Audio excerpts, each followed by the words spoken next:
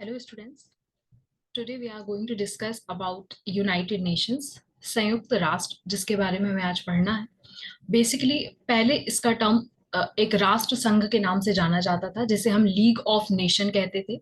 बाद में ये यूनाइटेड नेशंस अस्तित्व में आया है। सबसे पहले यूनाइटेड नेशंस होता क्या है वो जानने के पहले हम ये जानेंगे कि यूनाइटेड नेशंस की स्थापना आखिरकार करी क्यों गई थी। अगर बहुत समय पहले की मैं बात करूं तो वर्ल्ड वॉर वन का टाइम अगर हम याद करें तो वर्ल्ड वॉर वन 1918 में जब समाप्त हुआ था, उसके बाद ट्रीटी ऑफ वर्सेलिस हुई थी। इस ट्रीटी ऑफ वर्सेलिस में ये तय किया गया था कि हमें सारे देशों में एक पीस और शांति की स्थापना करने की आवश्यकता है, एक सिक्योरिटी मेंटेन करने की आवश्यकता है, ताकि इंटरनेशनल कोऑपरेशन बन सके। उसी के तहत लीग्स ऑफ नेशन की स्थापना की गई थी। और इस लीग्स ऑफ नेशन की स्थापना वर्ल्ड वॉर वन के जस्ट बाद में 1920 में की गई थी। जब 1920 में इसकी स्थापना की गई थी तो उस समय पर जो रूजवेल्ट थे उन्होंने इसकी स्थापना करी थी, और उन्होंने यही कहा था कि हमको देशों के बीच में एक शांति और सिक्योरिटी बना के चलना है, ताकि आगे आने वाले समय में वर्ल्ड वॉर जैसी घटनाएं सामने ना आए।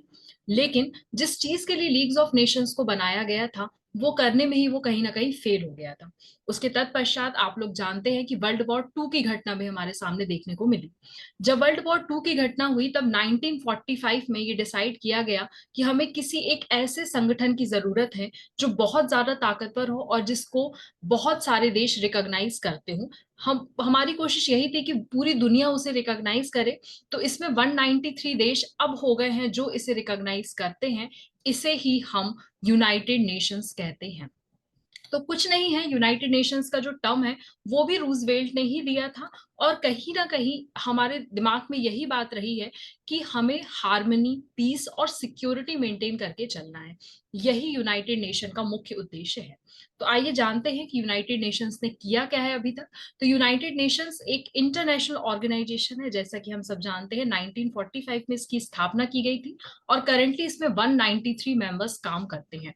अगर मैं इसके हेडक्वार्टर्स की बात करूं तो इसका हेडक्वार्टर जो है वो न्यूयॉर्क में है। ये चीज आप ध्यान रखेंगे कि न्यूयॉर्क में इसका हेडक्वार्टर की स्थापना की गई है। और अगर मैं इसके पर्पस की बात करूं तो वही है कि हमको शांति स्थापित करके चलनी है। और एक ऐसी ऑर्गन इम्प्लीमेंटिंग एजेंसी के तौर पर ये काम करती है कि सारे देश जो इससे कनेक्टेड हुए हैं, जो इसके सिग्नेटरी हैं, जो इससे जुड़े हुए हैं, वहां पर शांति कायम कर सके। तो वर्ल्ड वॉर टू के बाद से अभी तक वर्ल्ड वॉर थ्री की घटना देखने के लिए नहीं मिली है। तो यूनाइटेड नेशंस कहीं ना कहीं उस हद तक काम कर रहा है।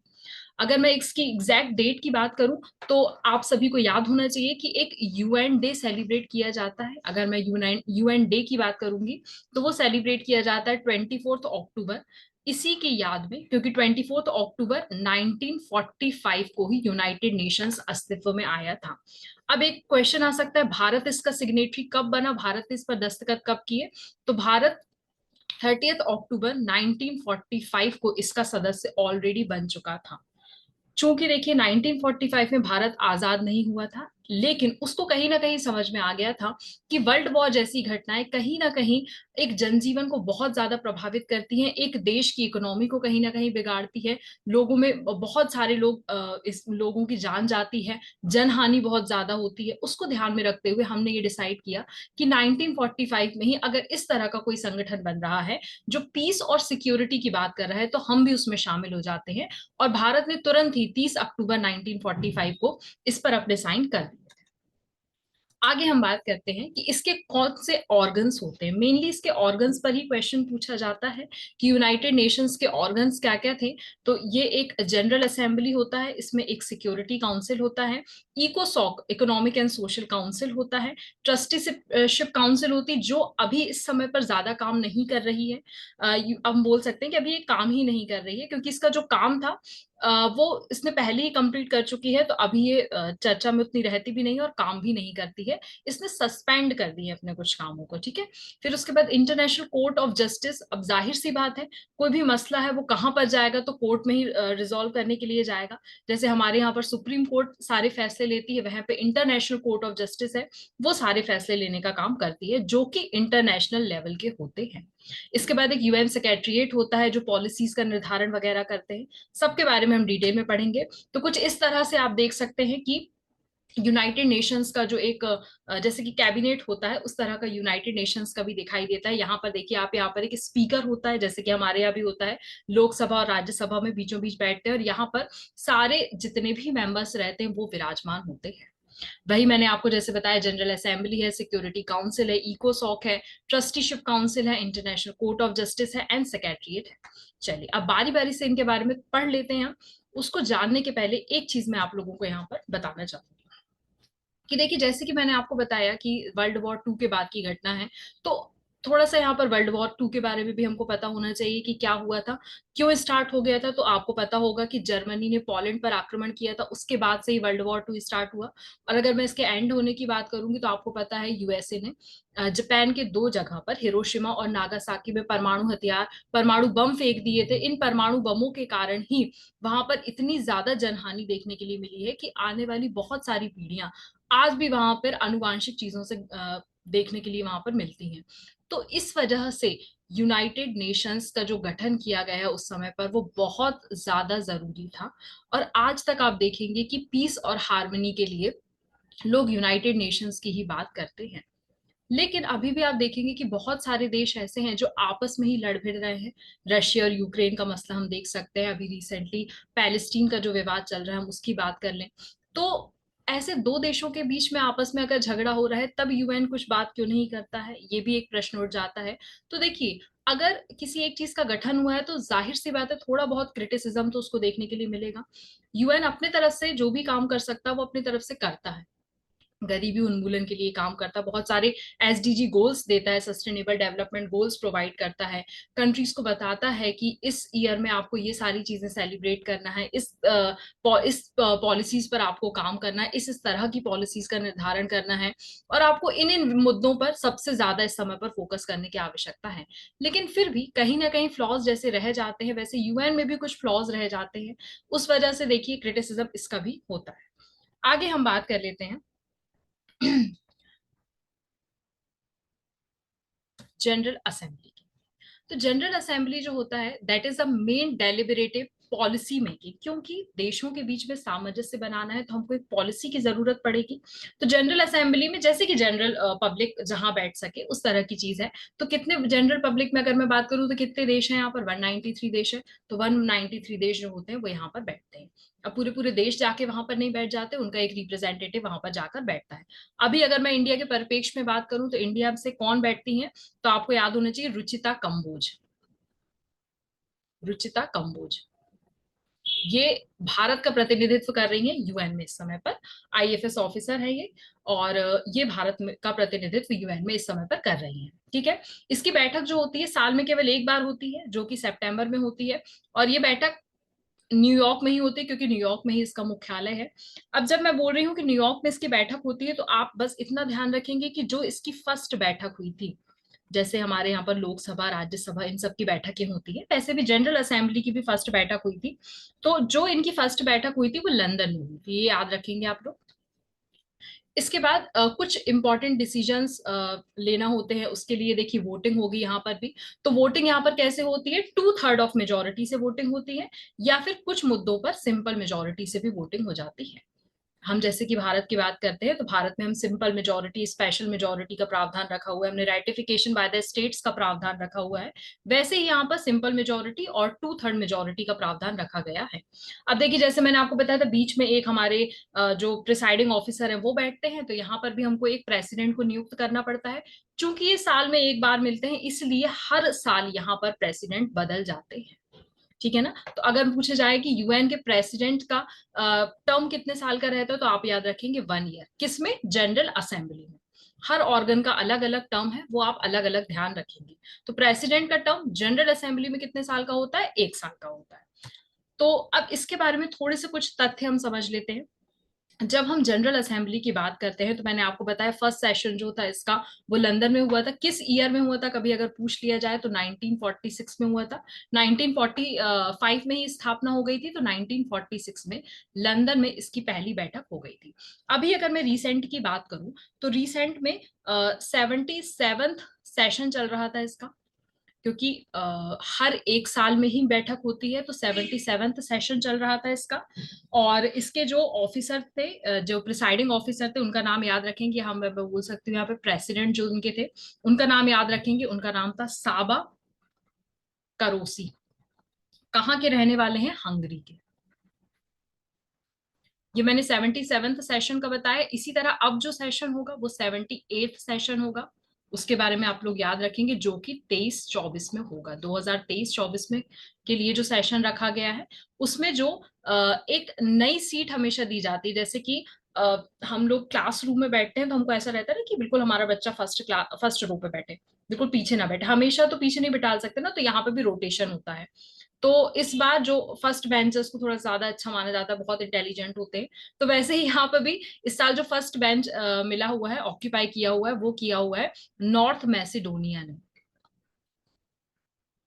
नॉर्थ मैसिडोनिया, इसको फर्स्ट बेंच मिला हुआ है। ये थोड़ा सा इंपॉर्टेंट हो जाता है, इसलिए ध्यान रखेंगे। इस तरह के क्वेश्चंस वनडे एग्जामिनेशंस पे पूछे जाते हैं। अब देखिए 78th सेशन है, तो अब इसके प्रिसाइडिंग ऑफिसर जो होंगे वो होंगे डेनिस। इनके बारे में भी पूछा जा सकता है, फ्रैंकुस, डेनिस फ्रैंकुस। ये प्रिसाइडिंग ऑफिसर होंगे 78th सेशन के, जो कि 2023 से 2024 तक रहेगा। फर्स्ट सीट जो भी मिली हुई है फर्स्ट बेंच के जो हमारे रहेंगे, वो रहेंगे हमारे नॉर्थ मैसिडोनिया वाले। ठीक है ना? चलिए, अब यूएन में अगर भारत की हम बात करेंगे तो भारत की तो इसमें एक ही रही आज तक, उनके बारे में आपको पता होना चाहिए, विजय लक्ष्मी पंडित। विजय लक्ष्मी पंडित जी, ये जो थी प्रिसाइडिंग ऑफिसर रह चुकी हैं भारत की तरफ से यूएन में। ठीक है ना? और यूएन की पहली महिला अध्यक्ष भी रह चुकी है। यूएन की पहली महिला अध्यक्ष भी रह चुकी है। तो ये जनरल असेंबली के बारे में थोड़ी बहुत बातें थी। आगे हम बात कर लेते हैं। बेसिकली आप जनरल असेंबली को ऐसे समझो जैसे हमारी लोकसभा होती है, जहां पर सारे मेंबर्स बैठते हैं, मेंबर ऑफ पार्लियामेंट भी बैठते हैं, मिनिस्टर्स भी बैठते हैं, सारे लोग बैठते हैं। उसी तरह से यहाँ पर भी होता है। अब जो एक बहुत ज्यादा चर्चा में रहता है वो रहता है सिक्योरिटी काउंसिल ना। सिक्योरिटी काउंसिल जिसको हम बोलते हैं सुरक्षा परिषद। अब काम ही सुरक्षा करने का है, तो सुरक्षा परिषद तो हमको बनाना ही होगी। अब सुरक्षा परिषद से नाम से ही समझ में आ रहा है क्या करना है भाई, हमारा जो काम है इंटरनेशनल पीस एंड सिक्योरिटी का, वही काम करेंगे ये। लेकिन ये चर्चा में क्यों रहती है? क्योंकि यहाँ पर आप अगर मेंबर्स की बात करेंगे तो टोटल 15 मेंबर्स रहते हैं, जिसमें से 10 जो रहते हैं वो नॉन परमानेंट होते हैं और 5 जो रहते हैं परमानेंट मेंबर्स होते हैं। इसको लेकर ही हमेशा विवाद रहता है। कौन कौन से वो 5 परमानेंट मेंबर्स होते हैं वो बिल्कुल ध्यान रखना है आपको। चाइना होता है, फ्रांस होता है, Russia, United kingdom and United states. ये 5 देश हैं, ये ही हमेशा परमानेंट मेंबर्स होते हैं। इनको कोई बदल नहीं सकता, कोई इसमें चेंजेस नहीं कर सकता है। ऑल दो यहाँ पर हमेशा एक विवाद रहता है कि दूसरे देशों को भी इसमें शामिल करने की अब आवश्यकता है। जब से बना है तब से 5 ही हैं।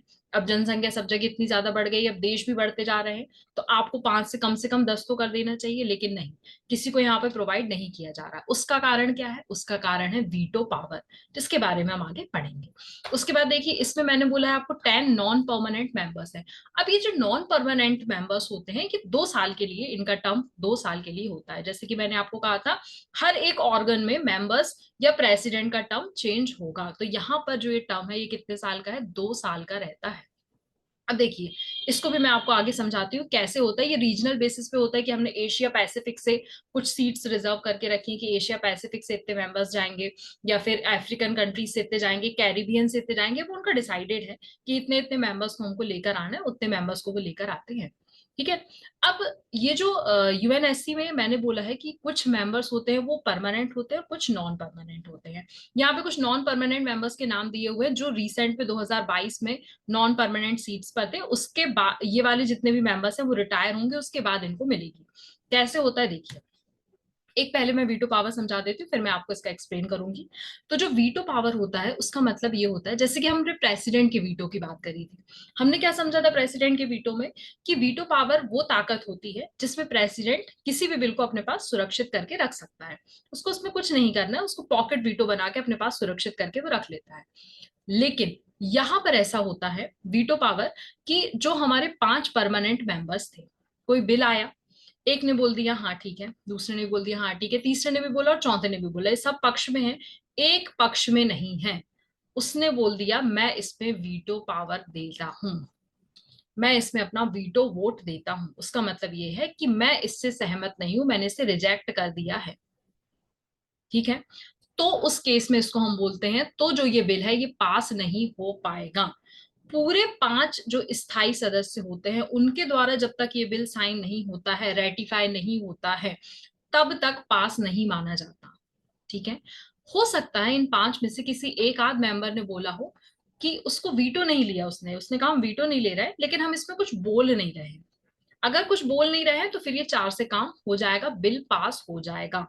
लेकिन अगर उसने बोल दिया है कि मैं यहाँ पर वीटो लेता हूं, मैं इस बिल को रिजेक्ट कर रहा हूं, उस केस में वो बिल पास नहीं होगा, बिल रिजेक्ट हो जाएगा। ठीक है, इस कंडीशन को हम बोलते हैं अनकंडीशनल वीटो। अनकंडीशनल वीटो मतलब यहाँ पे कोई कंडीशन मेंशन नहीं है कि आप किस किस कंडीशन पर वीटो ले सकते हैं, जितने बार चाहें आप उतने बार वीटो ले सकते हैं। कोई आपको यहाँ पर संख्या बताई नहीं गई है कि केवल आप 10 बार वीटो ले सकते हैं पूरे कार्यकाल में। और ऑल्दो ये तो परमानेंट मेंबर्स है ना, तो इनका तो आजीवन का कार्यकाल है, तो आप कब तक वीटो ले सकते हो, कितने बार ले सकते हो, कुछ नहीं निर्धारित है, अनकंडीशनल वीटो है, आपकी जब मर्जी आए आप तब वीटो ले लो। ठीक है, तो बहुत बार ये वीटो पावर का भारत को फायदा भी मिला है, और बहुत बार ये वीटो पावर से भारत को नुकसान भी हुए हैं। कैसे हुए हैं उसके बारे में भी हम आगे बात करते हैं। तो देखिए, जैसे मैं आपको बता रही थी कि सिक्योरिटी काउंसिल है, ठीक है, तो यहाँ पर मैं एक ग्राफ के थ्रू आपको समझाती हूँ। यहाँ पर हमारे 1 2 3 4 5, ये 5 परमानेंट मेंबर्स हो गए। अब यहाँ पर हमारे 10 मेंबर्स बचे हैं, है ना, इसमें से भी 1 2 3 4 5 एंड 1 2 3 4 5, ये 10 परमानेंट मेंबर्स है। अब देखिए, ऐसा थोड़ी ना करेंगे कि 2 साल के लिए नियुक्ति कर रहे हैं तो पूरों को एक बार में हटा देंगे, ऐसा नहीं होता है।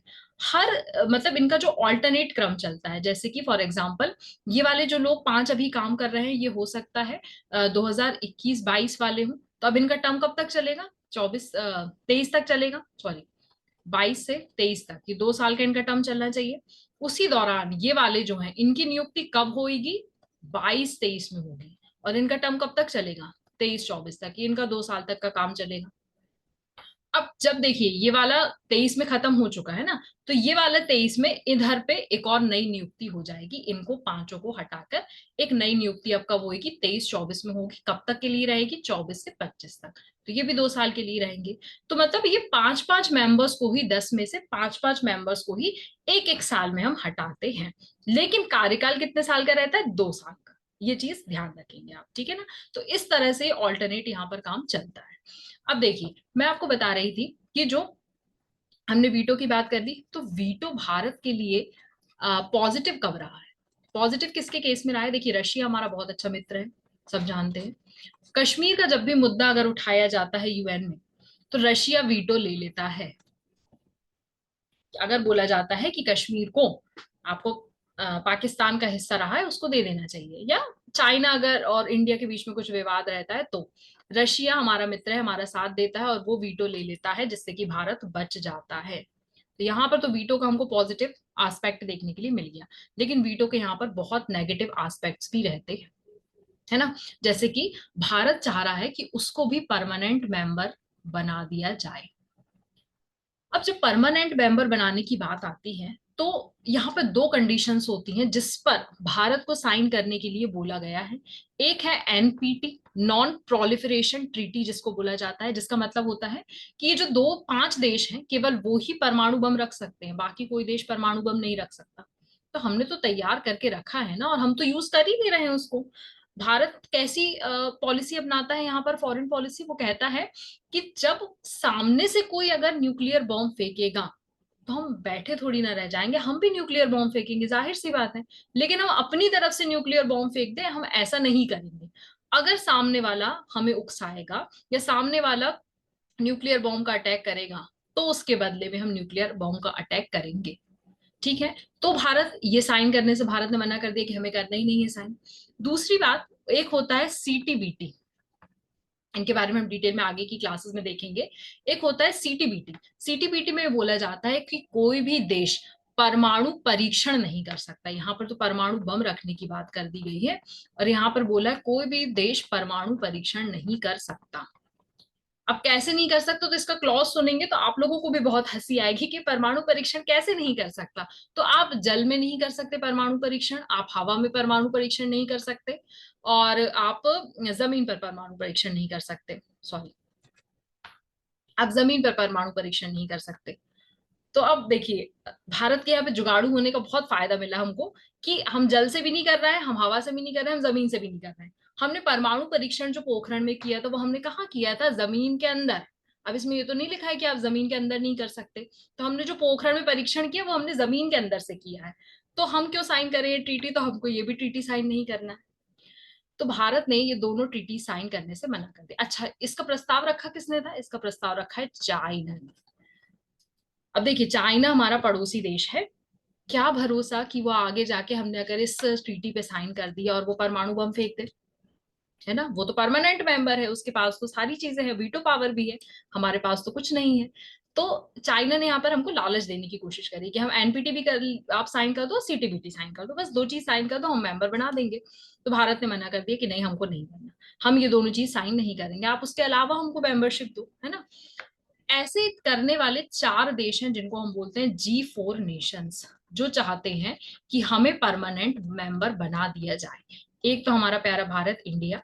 दूसरे नंबर पे आता है जापान। तीसरे नंबर पे आता है ब्राजील। और साउथ अफ्रीका। ये देश चाहते हैं कि हमें G4 नेशंस ही कहा जाता है, हमें परमानेंट मेंबर का दर्जा मिल जाना चाहिए। एक बहुत बड़ी समस्या यहाँ पर यह भी होती है कि देखिए, एक संस्था काम कर रही है तो उसमें हर एक देश अपना कुछ सहयोग देता है। सहयोग इन द सेंस आर्थिक सहयोग देता है ना, इन लोग आर्थिक सहयोग के पक्ष में ही बात करते हैं। तो भारत यूएन को केवल 1% ही आर्थिक सहयोग दे पाता है। अब यूएन बोल रहा है कि सारे देश इतना सारा आर्थिक सहयोग दे रहे हैं, आप 1% दे रहे हैं और आप चाह रहे हैं कि हम परमानेंट मेंबर बना दें। तो ऐसा तो नहीं हो सकता कि आप केवल 1% दें और हम परमानेंट मेंबर बना दें। लेकिन दूसरे परिप्रेक्ष्य भी यहाँ पे देखने चाहिए कि अगर पीस और सिक्योरिटी की हम बात कर रहे हैं ना, तो दूसरे देशों में कहीं पर दंगे फसाद होते हैं तो भारत की सेना जाती है वहां पर, भारत का प्रतिनिधित्व कर रही है वहां पर, और भारत की सेना जा रही है वहां पे लड़ रही है। वो भी हम प्रोवाइड कर रहे हैं, आप वो नहीं देख रहे हैं ना। दूसरे देशों में भूखमरी की कंडीशन आ जा रही है तो हम अनाज प्रोवाइड कर रहे हैं, आप वो नहीं देख रहे हैं। कोरोना के टाइम पे हमने फ्री वैक्सीन प्रोवाइड करी, आप वो नहीं देख रहे हैं। तो केवल इकोनॉमी, अगर मनी की ही हम बस बात कर ले, तो आप मनी के पर्सपेक्टिव से हमें नॉन परमानेंट मेंबर ही रहने दें, तो ये बहुत गलत बात होगी। हम दूसरी जगह पर भी अपना सहयोग दे रहे हैं, हमारे हम जिस चीज में स्ट्रांग है हम उसमें सहयोग प्रोवाइड कर रहे हैं ना। तो आपको कम से कम एटलीस्ट उसको तो रेटिफाई करना चाहिए, लेकिन उसे भी रेक्टिफाई नहीं किया जा रहा है। इस वजह से भारत अभी भी नॉन परमानेंट मेंबर ही है, और परमानेंट मेंबर्स यहाँ पर इतने ही हैं। ठीक है, 5 परमानेंट मेंबर्स है। अब 5 परमानेंट मेंबर्स है तो यूएनओ की एक भाषा भी होती है जो इन्हीं पर डिपेंड करती है। तो कौन कौन सी भाषाएं हैं, तो 6 टोटल भाषाएं हैं। आप ऐसे याद कर सकते हैं, 6 ऑर्गन्स हैं तो 6 भाषाएं, ऐसे याद कर सकते हैं, ठीक है ना। कौन कौन सी हैं, सबसे पहले तो इंग्लिश ही होगी। फिर एक फ्रेंच को दे दिया है इन्होंने क्योंकि फ्रांस भी था उसमें, है ना। उसके बाद स्पेनिश, देन उसके बाद Arabic, Russia, Russian language, and that Mandarin, जिसको हम चाइनीज लैंग्वेज बोलते हैं। एक्चुअली में वो चाइनीज लैंग्वेज नहीं होती, मैंडरिन लैंग्वेज ही उसको बोला जाता है, ठीक है ना। इसमें क्वेश्चन पूछने की संभावना है। अरेबिक लैंग्वेज बिल्कुल न्यूएस्ट लैंग्वेज है जो इसमें ऐड हुई है, ठीक है ना। बहुत रिसेंट में ऐड हुई लैंग्वेज कौन सी है यूएनओ की, दैट इज अरेबिक। लेकिन इसका जो बोल सकते हैं कार्यकारी भाषा है, जो काम काज होता है, पेपर वेपर बनेंगे वो किस में बनेंगे, तो कार्यकारी भाषा की अगर मैं बात करूं तो कार्यकारी भाषा, बट ऑब्वियस इंग्लिश सबको आती है तो इंग्लिश होगी। और दूसरी है फ्रेंच। केवल ये दो भाषाएं हैं जो कार्यकारी भाषाएं यहाँ पर है, ठीक है। चलिए आगे हम बात करते हैं। एक चीज और ध्यान रखेंगे कि यूएन का संस्थापक सदस्य भी भारत है। भारत ने भी बोला था कि हाँ, आपको साइन करना चाहिए, आपको कुछ ऐसे संगठन की स्थापना करनी चाहिए जहां पर हम शांति की बात कर सके। तो भारत ऑलरेडी इसका हम बोल सकते हैं संस्थापक सदस्य रहा है, तब भी हमको परमानेंट मेंबरशिप नहीं मिल रही है। ठीक है। यहाँ पर एक चीज और ध्यान रखेंगे, जब मैंने आपको बताया है कि यूएन के बारे में ही हम पढ़ रहे हैं, तो आपको पता होना चाहिए फादर ऑफ यूएन कौन है।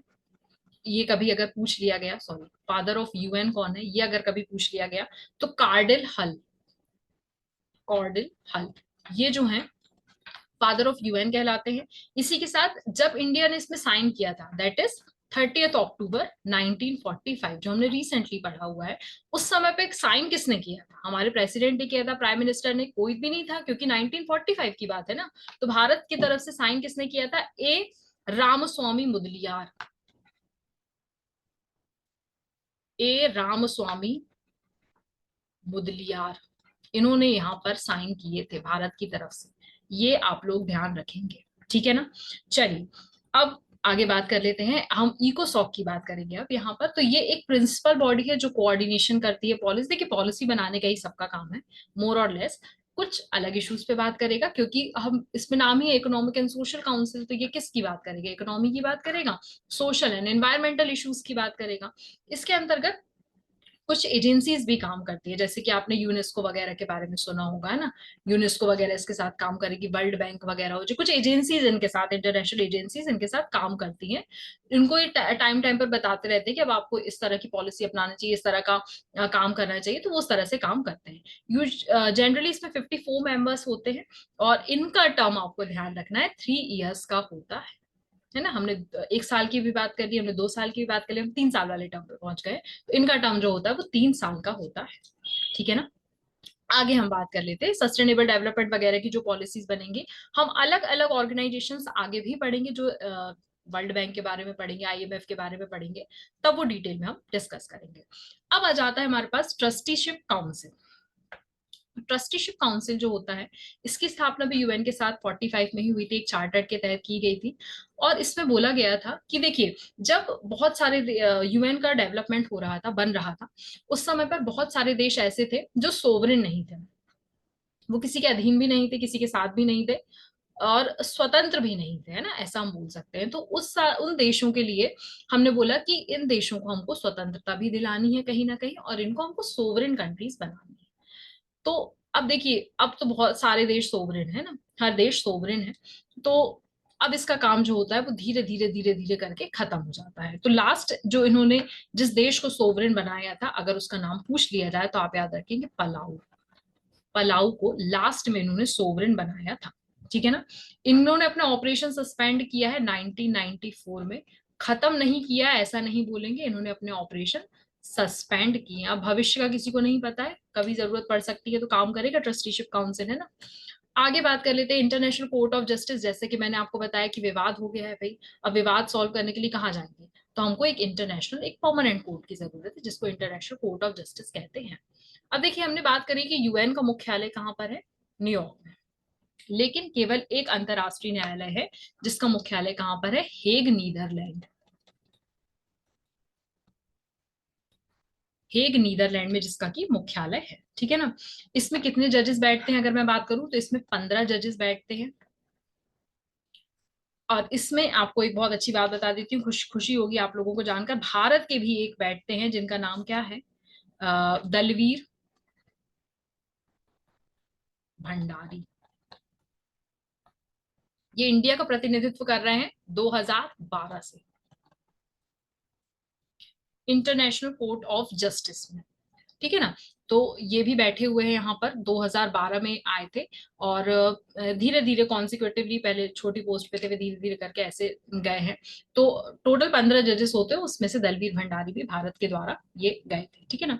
चलिए, अब इसके बाद इंटरनेशनल कोर्ट ऑफ जस्टिस में वही है कि मसला हो गया अगर, तो उसको निपटारा करने के लिए कुछ मतभेद हो गया है कंट्रीज के बीच में। बहुत बार कश्मीर का मुद्दा इंटरनेशनल कोर्ट ऑफ जस्टिस में भी गया है, जिसमें बोल दिया गया है कि ये जो मुद्दा है, यहाँ पर एक देखिए समिति का गठन कर दिया गया है, वो समिति जांच परख करेगी। और वो समिति ने जांच परख करके ये बताया है कि ये मसला भारत का और पाकिस्तान का है, दो देशों के बीच का मसला है, उनका आपसी मसला है, वो खुद ही निपटा लेंगे, दूसरे देशों को इसमें पढ़ने की आवश्यकता नहीं है। यहाँ पे वही मसले सुलझाए जाते हैं जिसमें दूसरे देशों का लाभ या हानि जुड़ी होती है, ठीक है ना। आगे बात कर लेते हैं हम सेक्रेटरीट्स की बात कर लेते हैं। सेक्रेटरीट्स बहुत इंपॉर्टेंट होते हैं। देखिए, भारत की भी हम बात करें तो हमारे सेक्रेटरीट बहुत इंपॉर्टेंट होता है, क्योंकि पॉलिसी का बनाना, कैसे पॉलिसी बनेगी, उसमें कौन कौन से पॉइंटर्स रखने हैं, कौन कौन से अलग कर देने हैं, ये सेक्रेटरीट ही तो काम करता है। मतलब एक तरह से brain of the organisation secretariat ही होता है। तो यहाँ पर सेक्रेटरी जनरल की भूमिका बहुत ज्यादा हो जाती है।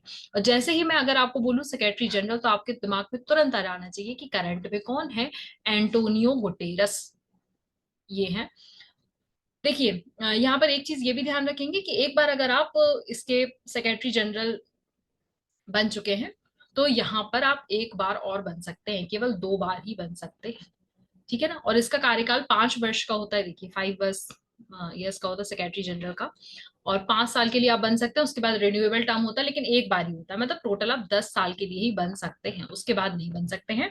एंटोनियो गुटेरस इसके पहले भी रह चुके हैं, अभी फिर से हैं। तो अभी ये 2026 तक रहेंगे, तो 2026 तक जब तक पेपर देंगे तब तक यही रहेंगे। तो इनका नाम ध्यान रखेंगे। आगे बात कर लेते हैं। खत्म हो गया है यहाँ पर। और सेक्रेटरीट भी हमने पढ़ लिया है। कुछ इंपॉर्टेंट पॉइंट्स जो कि मैंने आप लोगों को बता दिए हैं। First secretary general of UN अगर मैं बोलूं, तो वो कौन थे उसके बारे में याद रखेंगे। ट्रिगवे, जो कि नॉर्वे के थे, फर्स्ट सेक्रेटरी जनरल थे, है ना। इनका नाम ध्यान रखेंगे आप लोग। और करंट के एंटोनियो गुटेरस मैंने आपको बता ही दिए थे। एक क्वेश्चन और पूछने की संभावना रहती है, only secretary who died in his office. मतलब ऑफिस में नहीं डेथ हुई, मतलब उनके कार्यकाल के टाइम पर उनकी डेथ हो गई थी। तो only secretary who died in his office, उनका नाम याद रखना है आपको। That is डैग हैमस्कॉट। थोड़ा सा अजीब सी स्पेलिंग है, देख लीजिएगा। ये स्वीडन के थे। ठीक है ना। तो बस यहाँ तक हमारा आज का टॉपिक खत्म होता है। यूएन के बारे में जितनी भी जानकारी मुझे मिली है, जितना भी एग्जाम ओरिएंटेड मटेरियल था, जितना भी पूछने की संभावना रहती, जहां से प्रीवियस ईयर क्वेश्चंस पूछ चुके हैं, वो मैंने आपको सारा कुछ बता दिया है। कार्यकाल में गड़बड़ी नहीं करना है, किसका कितना कार्यकाल होता है वो ध्यान रखेंगे। 4 साल किसी का कार्यकाल नहीं होता, हमने केवल 1 साल का पढ़ा है, 2 साल का पढ़ा, 3 का पढ़ा और डायरेक्टली 5 साल का पढ़ा। तो ऐसे याद रखेंगे।